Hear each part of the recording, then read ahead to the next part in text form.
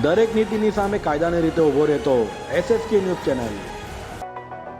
અડાજણ વિસ્તારમાં LP Savani road ખાતે આવેલ કૃપા ઓવરસીઝ એજન્સીના ચૌહાણ બંધુઓએ 9 જેટલા લોકો પાસેથી વિદેશમાં નોકરી અપાવવાના તેમજ વર્ક વિઝાના બહાને કુલ રૂપિયા 20.66 લાખ પડાવી ઉથમણું કર્યું હતું, જેથી ભોગ બનનાર લોકોએ પોલીસ ફરિયાદ નોંધાવતા પોલીસે થક ચૌહાણ બંધુઓ સામે ગુનો નોંધી એકની ધરપકડ કરી હતી। અડાજણ પોલીસ પાસેથી મળતી માહિતી મુજબ કામરેજના સીમાડી ગામ માયાવંશી ફળિયું ખાતે રહેતા અને ખેતીકામ કરતા પ્રકાશ પ્રભુભાઈ ઉમારિયાએ વર્ષ 2020માં ખેતીનું કામ છોડી આર્થિક રીતે નિર્ભર થવા કેનેડા રોજગાર માટે જવાનું વિચારી Adajan LP Savani road woods કેવર ખાતે આવેલ કૃપા ઓવરસીઝ નામની એજન્સીના માલિક ભાવેશ અરવિંદ ચૌહાણ અને કલ્પેશ અરવિંદ ચૌહાણને મળ્યા હતા।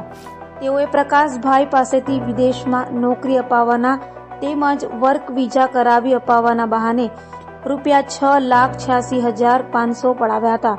તો જૂન જુલાઈ 2023માં વિઝા થઈ જવાની વાત કરી હતી। જો કે વિઝા નહીં થતા પ્રકાશભાઈએ તેમના ભરેલા રૂપિયાની પરત માંગણી કરતા શરૂઆતમાં પૈસા પરત આપી દેવાની વાત કરી હતી।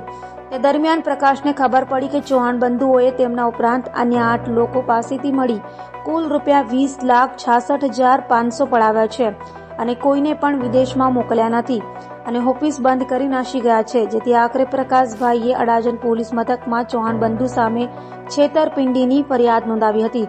જે ફરિયાદના આધારે અડાજણ પોલીસે ચૌહાણ બંધુઓ કે જેઓ મોરા ભાગળ આનંદનગર સોસાયટીમાં રહે છે તે ભાવેશ અરવિંદ ચૌહાણ અને કલ્પેશ અરવિંદ ચૌહાણમાંથી એક કલ્પેશ અરવિંદ ચૌહાણને ઝડપી પાડ્યો હતો, જ્યારે ભાગી છૂટેલા ભાવેશ અરવિંદ ચૌહાણને ઝડપી પાડવા ચક્રો ગતિમાન કર્યા છે।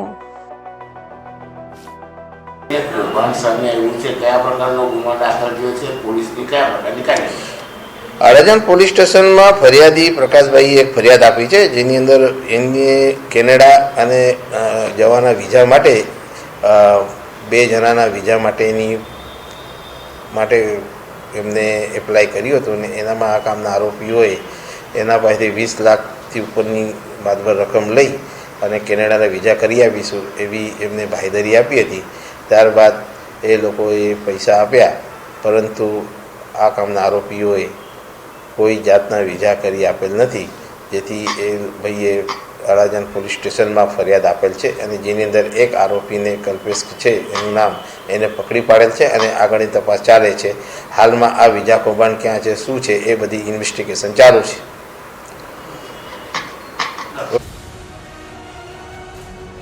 દરેક નીતિની સામે કાયદાની રીતે ઊભો રહેતો SSK ન્યૂઝ ચેનલ।